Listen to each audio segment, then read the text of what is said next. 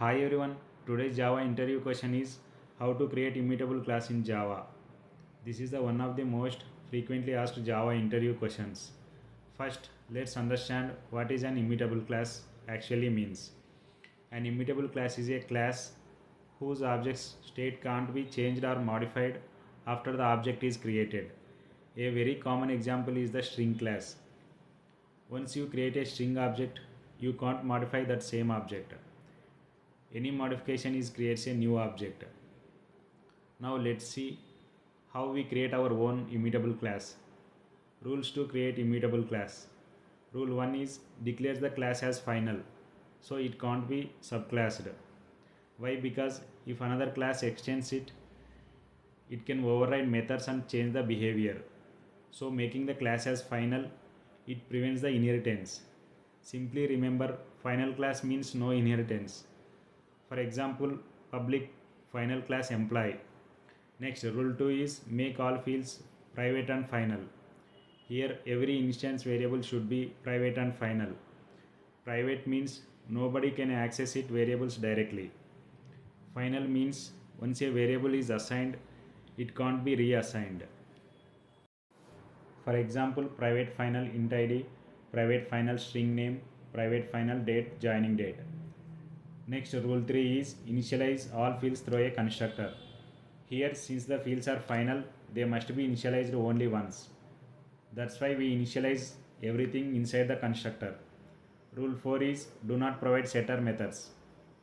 If setter exists, anyone can change the object state later. And the class is no longer immutable. That's why we don't provide any setter methods. Rule 5 is return defensive copies of mutable objects. Now comes to the most important interview point. Defensive copy. Many candidates know the first three rules, but forget this one. Let's understand why defensive copy is needed. Suppose our employee class has a date object. Date is mutable. If we simply store the same reference, this dot joining date equals to joining date. Both variables point to the same date object. Now imagine someone changed the original date object outside the class. Even though they modified the outside object, the employee object's joining date also changes. That means our immutable class is no longer immutable. So what's the solution for this? Instead of storing the same object, creates a new copy. This dot joining date equals new date of joining date dot get time. Now employee has its own separate date object. If the original date changes outside, employee's data remains unchanged. This is called defensive copying. Next, defensive copy in getter. This is another important point. Even the getter should return a copy. Don't return like return joining date, because whoever receives this object can modify it. So return like return new date of joining date dot get time. Now the caller gets only copy. Even if they modify it, the original object inside employees remains safe. And rule 6 is if mutable objects are passed to the constructor, store the defensive copies instead of the original references. In interview, you can answer like this.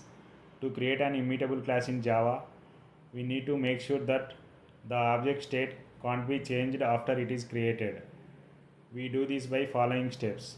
First, declare the class as final, so it can't be subclassed. Second, make all fields private and final, so their values can't be changed once initialized. Third, initialize all fields through a constructor. And do not provide any setter methods. At this point, you have answered the basic question.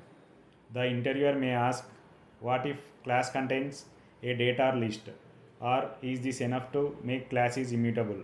Or what about immutable objects? Now you should explain defensive copying. If the class has mutable objects like date, list or arrays, we must use defensive copying. In the constructor, we create a new copy of the object and stores that copy instead of the original references. This prevents external code from modifying the internal state. Also in the getter methods, we always return a defensive copy of mutable objects instead of the actual object reference. This ensures that even if client try to modify the returned object, it won't affect the original data. This way, the internal state of the class is fully protected from outside modifications and the object remains truly immutable.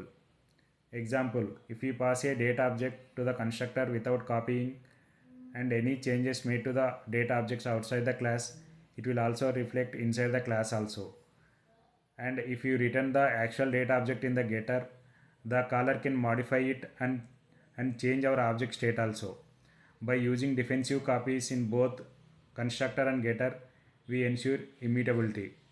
And immutable class benefits are it is thread safe, simple to understand and maintain, safe to use as key in collections, and it can prevent accidental modifications of objects. That's it.